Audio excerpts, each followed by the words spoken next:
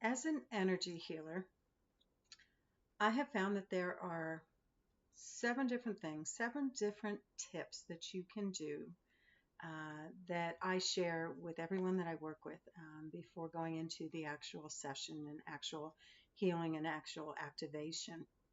And these tips apply not just to an individualized session, but I have found also in my group gatherings for healings that they apply just as much so. I am Elizabeth, and I know these things because I have been doing energy healings for many, many years now in one on one sessions and within group gatherings, holding space for many. I am a space holder.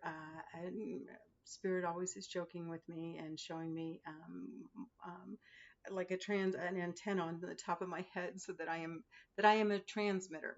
And not everyone right now can hold these frequencies quite yet. We all have the ability, but not everyone is able to. So that is my soul calling, my soul purpose, why I'm here in this lifetime, to hold the space for others, for these incredible frequencies of healing and activational energy. It's where magic and miracles happen.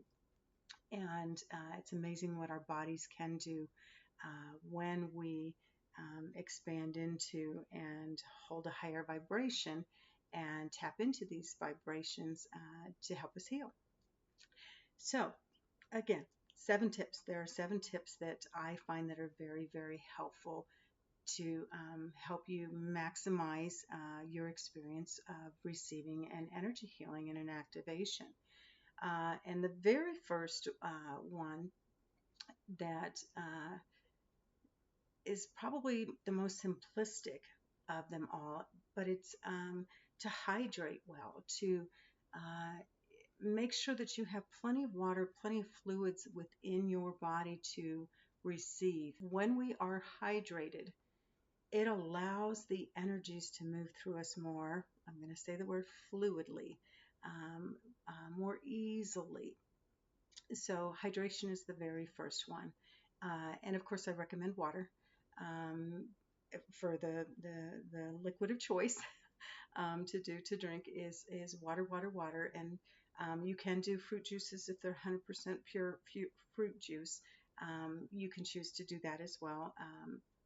So yes, that's the first tip, is to hydrate very well. Second tip, which kind of goes along the lines of that, is to eat light, eat well before receiving a healing and an activation. Um, and I always compare to when we overeat, when we really, and I don't even want to say overeat, when we really enjoy a meal, it can make us feel very heavy. It can make us feel very lethargic.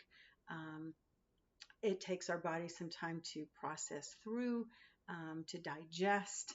And so I have found that it is very beneficial.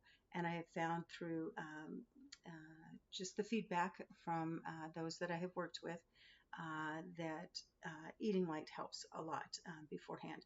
Doesn't mean to fast, but of course, eating light, I think about fruits and vegetables and just very simplistic, very high vibrational healing foods to have beforehand.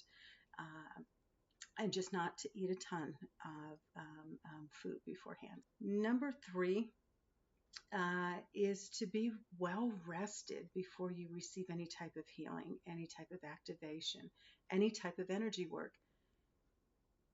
Coming into it being well rested, you are automatically more receptive. You are uh, more rested, and it just helps when you are.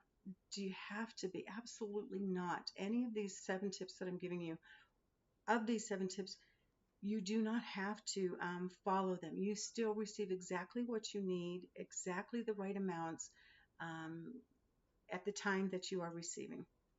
But again, I have found that the flow and to maximize your experience, these are incredibly helpful to do. Number 4 is to wear comfortable clothing. It seems kind of like a no-brainer, but when you actually go to someone to receive, and if it's an actual in-person session, I recommend, say you're coming from work, say You're wearing clothes that may be a little bit binding or tighter, or just doesn't allow the flow for your body, that comfort. Take an extra set of clothes that are super, super comfortable. Along that lines too, I would say do not wear a lot of jewelry, and keep the metal on your body to a minimal as well. So that's number 4, is to wear comfortable clothing for your session.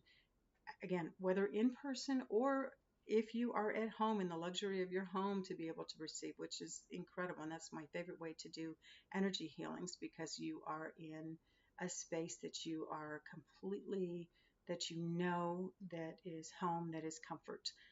So yeah, so wearing the light clothing in that capacity too, and being around blankets and just the soft, whether it's your bed or a comfy chair, that's ideal. Number 5, uh, if you can stretch beforehand, that is an amazing thing to do to help your body loosen up a bit, to receive, because the energies do flow through. And if your muscles are very, very tight, it may take just a little bit more to work through, especially if you have any trauma stored in the muscle in any type of area on your body. I just have found that it is extremely helpful to move your body, stretch your body beforehand. And it doesn't have to be any type of fancy stretches, but some sort of movement, some sort of stretching beforehand is extremely helpful to help you to maximize your energy healing, the actual session. Number 6, setting the intention, keeping it very general, just to receive exactly what you need. Kind of having your ego take a back seat, and just allowing your higher self, your soul essence, more that divine part of you, to take the lead. And it's about just letting go, and again setting that intention, that opening your heart to receive what is best for you in that space and time, in that moment. I find that's extremely beneficial. Instead of putting any, I'm going to do this and I'm going to heal this and I'm going to heal that. No, just keeping it very generalized, and handing over the reins to your higher self is one of the most important tips to do. And it's very simple. It really is. It's very simple to do. So that is number 6, letting go of control, and setting the intention to be open and receptive. Number 7, the 7th tip that I would recommend you do, and it's kind of I grouped it, and yes, I have my notes that I'm referring to. I don't want to forget anything to tell you. Prepare the space where you're going to receive.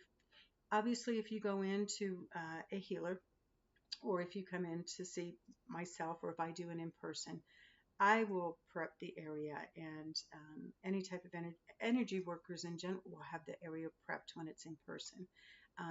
The soft music, just the comfortable surroundings, the lighting, having the lighting being softer. Again, the clothes that you wear, um, having them be extremely comfortable, having no distractions around you, no TV, no outer noise if possible. These are all big things, is preparing the space where you're going to receive. Let's see. Um, you may even want some crystals around you. You may even want to use essential oils. Bach flowers are incredibly powerful to have the essence and the energy there, along with the crystals and the essential oils, to promote and support and amplify your healing. So I tied that in. That's all part of preparing and creating this space. You could even have a candle um, burning for you. You could have pillows around. I may have said that. You may even want a notebook around you, or by you, to jot down anything that comes through. You may want to be able to write about it. And along that lines, having a pen available is great. And then another one that's kind of, for me, my nose starts running when I channel, and I hold space for others for the healing. My nose, because the energies are so incredible. I need tissue by me, and so you may need tissue, especially if anything emotional comes up, and especially if you are receiving in a remote capacity, to have the tissue. That way you're not getting up and running to the bathroom to grab stuff. You're not running all over the house. I also recommend you have water near you, of course, back to the hydration piece of it, but have some water near you to be able to take sips of it if you need to.